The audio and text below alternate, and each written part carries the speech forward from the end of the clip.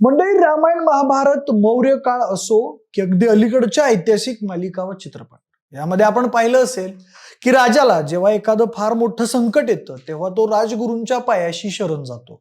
त्यांना आपली अडचण सांगून त्या अडचणीच्या निराकरणाचा मार्ग विचारतो. राजसत्तेला धर्मसत्तेचं कोंदण अनेकदा आवश्यक असतं. असाच काहीसा प्रकार सध्या महाराष्ट्रात देखील सुरू आहे. बीड जिल्ह्यातील मस्साजोगचे सरपंच संतोष देशमुख यांच्या हत्या प्रकरणात अडचणीत आलेले राज्याचे अन्न व नागरी पुरवठा मंत्री धनंजय मुंडे यांनी काल भगवान गडावर धाव घेतली आणि महंत नामदेव शास्त्री यांना आपली व्यथा सांगितली. या चर्चेनंतर नामदेव शास्त्री यांनी शुक्रवारी सकाळी पत्रकार परिषद घेत भगवानगड धनंजय मुंडे यांच्या पाठीशी ठामपणे उभा असल्याचं जाहीर केलं होतं. वंजारी समाजाच्या जनतेची भगवान बाबांवर अपार श्रद्धा आहे. भगवानगड आणि त्याचे महंत असणारे नामदेव शास्त्री महाराज यांचा शब्द वंजारी समाजासाठी अंतिम मानला जातो. अशा परिस्थितीमध्ये महंत रामदेव शास्त्री यांनी धनंजय मुंडेंना क्लीन चिट दिल्याचे नेमके काय परिणाम होतात आणि महंत नामदेव शास्त्री धनंजय मुंडेंना वाचवणार का, या प्रश्नांची उत्तर आपण या व्हिडिओमध्ये शोधणार आहोत. नमस्कार मंडळी, मी प्रथमेश आणि तुम्ही पाहताय विशेष. बीड जिल्ह्यातील मस्साजोग गावचे सरपंच संतोष देशमुख हत्या प्रकरणामुळे मंत्रिपदावर टांगती तलवार उडवलेले राज्याचे अन्न व नागरी पुरवठा मंत्री धनंजय मुंडे यांच्यावर चोहो बाजूंनी आरोपांच्या फैरी झडत आहेत. एकामागून एक आरोपांचे बॉम्बगोळे त्यांच्यावर डागण्यात येत आहेत. मंत्री धनंजय मुंडे गुरुवारी बीड जिल्हा नियोजन समितीची बैठक आटोपल्यानंतर भगवान गडावर पोहोचले व त्यांनी गडावरच मुक्काम केला. यावेळी त्यांनी नामदेव शास्त्री महाराज यांच्याशी चर्चा करताना अनेक बाबींवर हितगुज केल्याचं बोललं जात आहे. या चर्चेनंतर नामदेव शास्त्री यांनी शुक्रवारी सकाळी पत्रकार परिषद घेत भगवानगड धनंजय मुंडे यांच्या पाठीशी उभा असल्याचं जाहीर केलं होतं. वंजारी समाजाच्या दृष्टीनं आध्यात्मिक चळवळीचे महत्वाचे प्रेरणास्थान असलेल्या भगवानगडावरून त्यांनी सध्याच्या राजकीय चिकलफेकीवर, सामाजिक ध्रुवीकरण, समाजातील तेढ यावर भाष्य केलं. त्यांनी धनंजय मुंडेंना सर्वच प्रकरणात क्लीन चिट दिली. इतकंच नाही तर भगवानगड धनंजय मुंडे यांच्या पाठीशी भक्कमपणे उभा असल्याचा थेट संदेश दिला. यावेळी धनंजय मुंडे यांच्या संदर्भात बोलताना महंत नामदेव शास्त्री म्हणाले, आमच्या दोघांची राजकीय, सामाजिक, आध्यात्मिक विषयांवर चर्चा झाली. त्यांच्या मानसिकतेचा आम्ही आढावा घेतला. सगळं समजून घेतल्यानंतर मला असं जाणवलं की इतक्या वर्षांपासून ते आमच्या जवळ आहेत. गोपीनाथ मुंडे यांचे ते पुतणे आहेत. सगळ्या नेत्यांसोबत ते राहिलेले आहेत.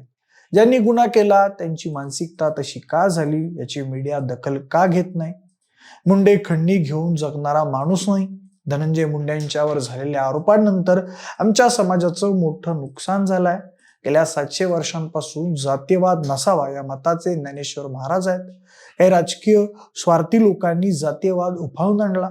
संतांच्या कार्यावर कुठेतरी पाणी फिरलं असं मला वाटत आहे. जातीय सलोखा नष्ट होत चाललाय. धनंजय मुंडे गुन्हेगार नाही हे मी 100% सांगू शकतो. भगवानगड त्यांच्या पाठीमागे भक्कमपणे उभा आहे. पक्षाचे नेते आहेत, त्यांनाही याची जाणीव आहे. धनंजय मुंडेंच्या सोबत मीडिया ट्रायल सुरू आहे. राजकीय स्वार्थासाठी जातीय तेढ या निमित्तानं निर्माण होत आहे. पक्षाचे नेते यांना देखील याची जाणीव आहे की मुंडे गुन्हेगार नाहीत. मी काल बोलता बोलता धनंजयला बोललो की आमच्या क्षेत्रात इतका त्रास करणारा असता तर संत झाला असता. ते इथे आले आहेत तरी त्यांच्या हाताला सलाईन लावलेला आहे. एखाद्या माणसानं किती सहन करावं? वास्तविक पाहता 2019 पूर्वी बीडच्या राजकारणात तत्कालीन पालकमंत्री पंकजा मुंडे विरुद्ध धनंजय मुंडे असा वाद उफाळून आला होता. त्यावेळी नामदेव शास्त्री यांनी भगवान गडावरून कुठलंही राजकारण करू नका असं सांगत तिकडे दरबार मेळावा घेण्यास पंकजा मुंडे यांना विरोध केला होता. पंकजा मुंडे आणि नामदेव शास्त्री यांच्यातील हा वाद चांगलाच गाजला होता. मात्र आता नामदेव शास्त्री यांनी भगवान गडावरून धनंजय मुंडेंना पाठिंबा देऊन एक प्रकारे राजकारणात उडी घेतली आहे. त्यामुळे नामदेव शास्त्री यांनीच भगवान गडावरून राजकारण न करण्याचा पायंडा मोडीत काढला असल्याची चर्चा आता सुरू झाली आहे. मात्र गडावरून राजकारण न करण्याचा पायंडा घालून देणाऱ्या नामदेव शास्त्री यांनी धनंजय मुंडे यांच्या बाजूने राजकीय धामधुमीत उडी घेण्याचं कारण काय हे पाहणं महत्वाचं ठरणार आहे. मंत्री धनंजय मुंडे हे वंजारी समाजाचा मोठा चेहरा आहेत. त्यांचे आणि भगवान गडाचे महंत नामदेव शास्त्री यांचे अनेक वर्षांपासून सख्य आहे. शिवाय नामदेव शास्त्री आणि पंकजा मुंडे यांचे वेळा भोपळ्याचे सख्य असल्याचं बोललं जातं. सरपंच संतोष देशमुख हत्या प्रकरणात धनंजय मुंडे यांच्या समोरील राजकीय अडचणी दिवसेंदिवस वाढत असताना दिसत आहेत.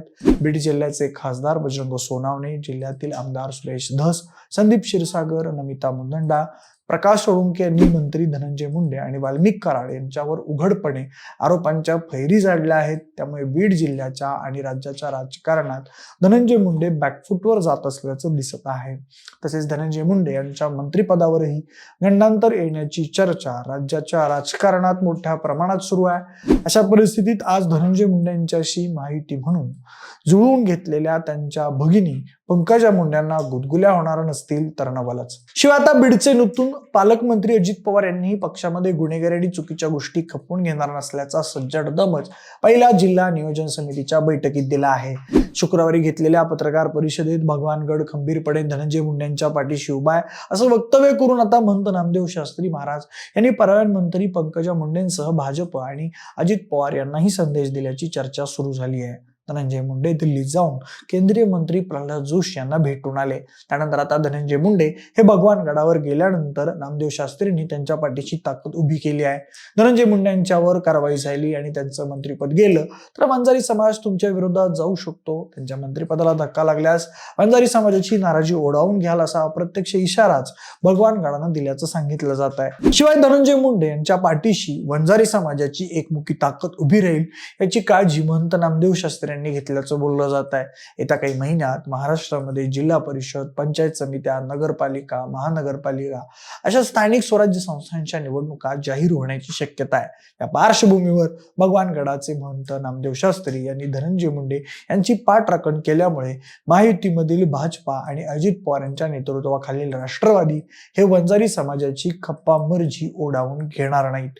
त्यामुळे महंत नामदेव शास्त्री यांच्या वक्तव्यांकडे मुख्यमंत्री देवेंद्र फडणवीस आणि उपमुख्यमंत्री अजित पवार यांच्यावरील दबाव तंत्र म्हणून पाहिलं जात आहे. यातून धनंजय मुंडे यांचं मंत्रिपद वाचवण्याचा प्रयत्न होताना दिसत आहे. बीड जिल्ह्याच्या स्थानिक राजकारणात सरपंच संतोष देशमुख यांच्या हत्येनंतर धनंजय मुंडे हे बॅकफुटवर जात आहेत.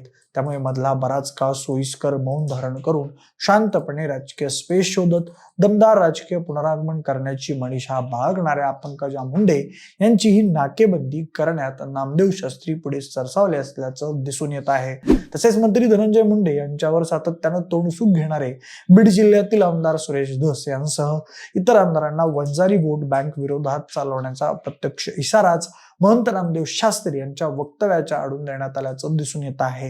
मात्र त्या काळात सरपंच संतोष देशमुख यांच्या हत्येचा तपास कशा पद्धतीने पुढे जातो, वाल्मिक कराड, सुदर्शन घोलेसह इतरांवर कोणत्या आरोपांची निश्चिती होते यावर धनंजय मुंडेंच्या मंत्रिपदाचं भवितव्य अवलंबून असणार आहे. त्यामुळे भगवान गडाचे महंत नामदेव शास्त्री यांनी धनंजय मुंडेंची पाठराखण करून माहिती आणि जिल्ह्यातील धनंजय मुंडेंच्या विरोधकांवर दबाव आणण्याचा प्रयत्न केला असला तरी संतोष देशमुख यांच्या हत्या प्रकरणाच्या तपासावरच धनंजय मुंडे यांच्या मंत्रिपदाचे भवितव्य अवलंबून असल्याचं बोललं जात आहे. तर मंडळी, धनंजय मुंडे यांच्या मंत्रिपदावरील टांगती तलवार दूर करण्यात महंत नामदेव शास्त्री यांना यश येईल का? महंत नामदेव शास्त्री यांचं वक्तव्य म्हणजे धनंजय मुंडे यांच्या विरोधकांना इशारा आहे का? याबाबतची आपली मतं खाली कमेंट बॉक्समध्ये नक्की कळवा. जर हा व्हिडिओ आवडला असेल तर लाईक आणि शेअर करा. सोबतच आपल्या विशेष बारी या YouTube चॅनलला देखील सबस्क्राईब करायला अजिबात विसरू नका. धन्यवाद.